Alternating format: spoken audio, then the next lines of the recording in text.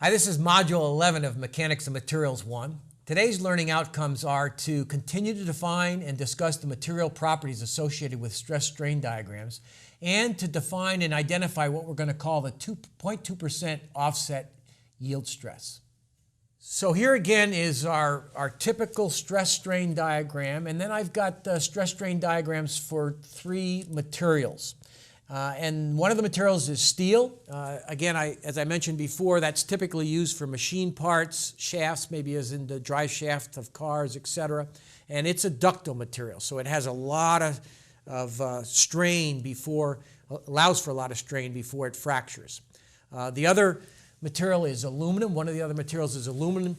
That's typically used, has been typically used in the past for aircraft frames, although now we're seeing a lot more composites in aircraft frames. The strength to weight ratio in aluminum is better than steel, although steel is stronger. So that strength to weight ratio is a reason that they use it in aircraft, because you can get a lot of strength for less weight. That's what you want to have in an aircraft type application. And you're starting actually to see aluminum used in cars and pickups these days. And then finally, the third material I have a stress-strain curve for is magnesium. It's a low-density metal, about 2/3 that of aluminum. It has good corrosion resistance. It has good high-temperature properties, and it's used in electronic applications and some other specialty applications. So here's the stress-strain diagram for the three typical materials. We've talked a lot about steel, where we have a pretty well-defined yield point where we start to get plastic yielding.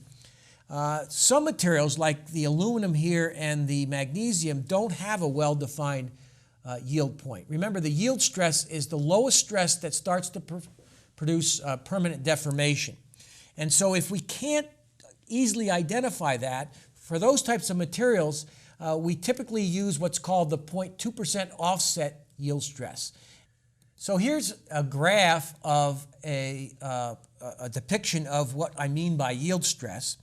As we go up the stress-strain curve, we go up to a point where if we backed off, we would have 0.2% permanent set or permanent offset. And that's then called the offset yield stress. And that's the type of definition we'll use for yield stress, again, for materials like aluminum, magnesium, where there's not a well-defined yield stress point.